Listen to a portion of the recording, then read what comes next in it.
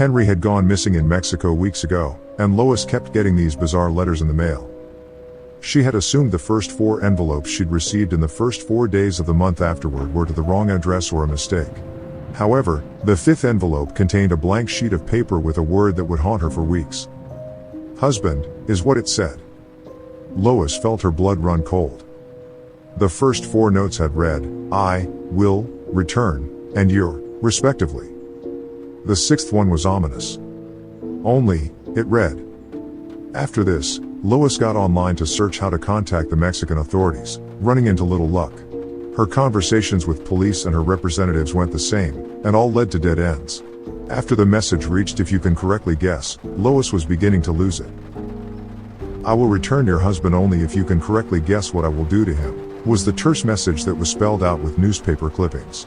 The nature of the words being on separate sheets of paper seemed unnecessary if this was the message the entire time.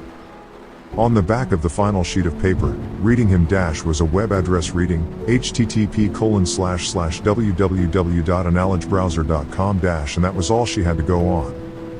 The website was unimpressive, nothing more than a series of images and logos, with a small link in the center. When she clicked on it, the analog browser began to download onto her laptop, along with a Word document.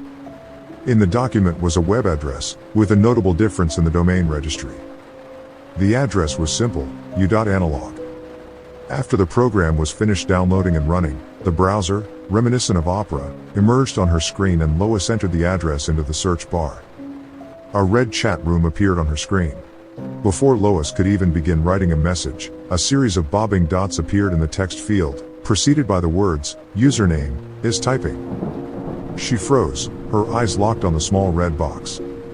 The dots continued to hop up and down.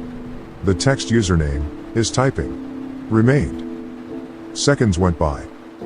Minutes. The world outside the glowing white square with the red box inside of it became discolored and grainy as Lois stared holes into her laptop, as if trying to will her husband's kidnapper into action. And still, the bobbing continued. The dots had all but replaced her very thoughts when a series of characters popped into existence. Lois wrenched her chair across the floor and dove face first into the laptop, guzzling the words on the screen, which read, "I will return your husband only if you can correctly guess what I will do to him." Lois's left eye twitched involuntarily.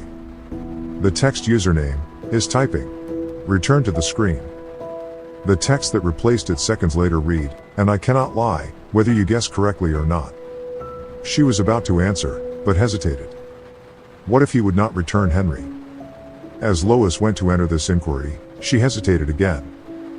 Then that would mean he was lying about. The reality of the situation began to dawn on her. Lois didn't understand why this was happening. She thought, if he is both simultaneously lying and telling the truth, then there has to be a third option. The third option couldn't be that Henry was the man writing the notes, and had faked his own kidnapping. His car was out front. And when she dropped him off at the airport, he said he'd call her when he landed, and he didn't.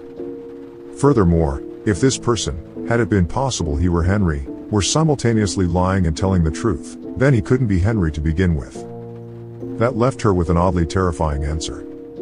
She wasn't really here, Henry wasn't really there, and this situation was the result of a repressed memory.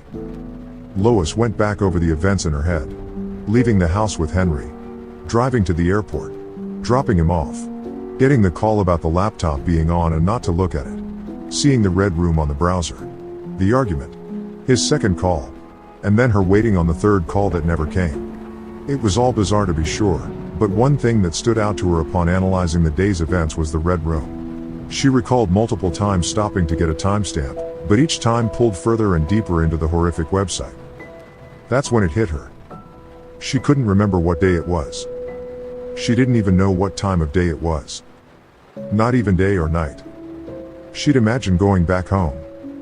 She'd imagined it was his business trip, not hers. She'd imagined it was his laptop, not hers. She'd imagined she was home, but she was not. She'd imagined it all.